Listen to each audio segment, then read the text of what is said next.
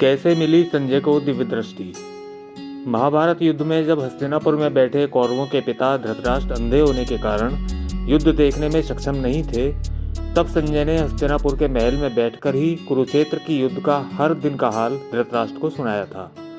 तो कैसे संजय इतनी दूर से महाभारत को इतनी सूक्ष्म दृष्टि से देख पाए? क्या उस काल में यह सबके लिए संभव था या संजय के पास कोई शक्ति थी? आज की इस वीडियो में हम आपको बताएंगे कि संजय के पास ऐसी कौन सी विशेष योग्यता थी जिससे वो महाभारत का युद्ध देख सके। इससे पहले आइए जानते हैं कि संजय कौन थे।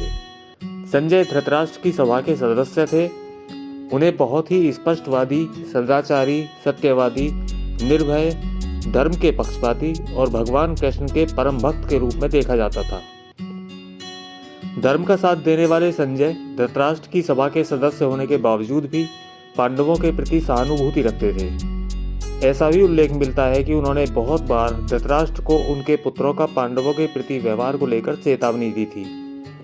जब कौरवों द्वारा द्रौपदी का अपमान हुआ, तब विदुर और भीष्म पितामह ने कौरवों को रोकने का प्रयास किया, परंतु कौरवों ने किसी की बात नहीं मानी और भरी सभा में द्रौपदी का अपमान किया। जब पांडव द्यूत क्रीड़ा में कौरवों से हारकर वन में चले गए थे, तब भी संजय ने धृतराष्ट्र को चेतावनी दी थी कि कौरवों के ऐसे असहिष्णु व्यवहार के कारण कौरवों का विनाश तो होगा ही, उसके साथ निर्दोष प्रजा भी मारी जाएगी। अंत में संजय की बात सही साबित हुई और महाभारत जैसे भयंकर युद्ध को नहीं रोका जा सका। चूंकि धृतराष्ट्र अंधे थे, युद्ध के आरंभ होने से पूर्व महर्षि वेदव्यास ने धृतराष्ट्र से कहा कि युद्ध देखने के लिए वह उन्हें दिव्य दृष्टि प्रदान कर सकते हैं। लेकिन धृतराष्ट्र को पता था कि उसके अधर्मी पुत्रों का विनाश निश्चित है, इसलिए उन्होंने दिव्य दृष्टि प्राप्त करने की बात को स्वीकार नहीं किया। वेदव्यास भी जानते थे कि धृतराष्ट्र अवश्य ही युद्ध के समय रणभूमि का हाल जानने के लिए व्याकुल होंगे, इसीलिए वेदव्यास ने संजय को दिव्य दृष्टि प्रदान की, जिससे वह न केवल प्रत्यक्ष रूप से हो रही घटनाएं अपितु मन में चिंतन की जाने वाली हर बात को भी जान सकते थे।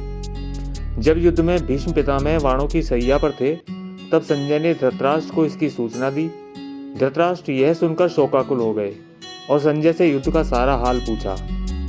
तब संजय ने पांडवों और कौरवों दोनों पक्षों की स्थिति का वर्णन किया और भगवान कृष्ण द्वारा दिया गया गीता का उपदेश धृतराष्ट्र को सुनाना आरंभ किया। भागवत गीता महाभारत के भीष्म पर्व का भाग है। साथ ही संजय ने भगवान कृष्ण के यथार्थ स्वरूप का भी वर्णन करते हुए कहा कि संसार में जहाँ भी सत्य, सरलता, सहजता और धर्म का पालन होता है, वहाँ श्री कृष्ण का वास होता है और जहाँ भगवान कृष्ण हैं, वहाँ निस्संदेह विजय होती है।